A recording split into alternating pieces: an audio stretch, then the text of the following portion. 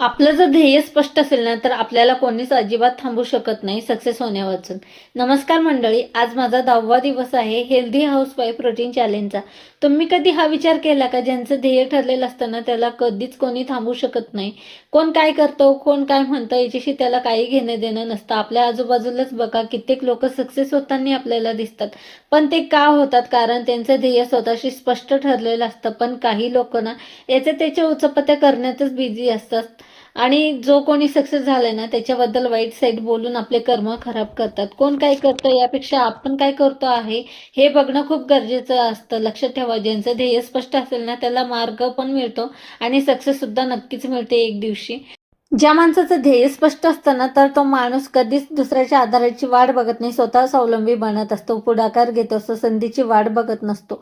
आणि ध्येय जर स्पष्ट असेल ना, नवीन कल्पना सुद्धा त्याच्या डोक्यामध्ये जन्म घेत असतात. त्याचा कामामध्ये उत्साह दुप्पट पट्टीने वाढत असतो.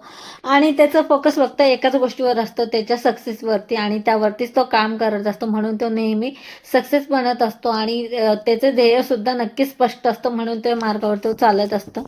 आज नेहमीप्रमाणे उठले, सेम रुटीन मी फॉलो केलेलं. आज मी माझं हेल्दी रुटीन स्किप नाही केलेलं. ज्या दिवशी माझ्याकडून स्किप होईल ना माझं हेल्दी रुटीन, तेव्हा मी नक्कीच तुम्हाला सांगेल. हा असा मोटिवेशनल व्हिडिओ तुम्हाला बघायला आवडेल का? नक्की कमेंट करून सांगा. व्हिडिओ आवडला असता तर लाईक, शेअर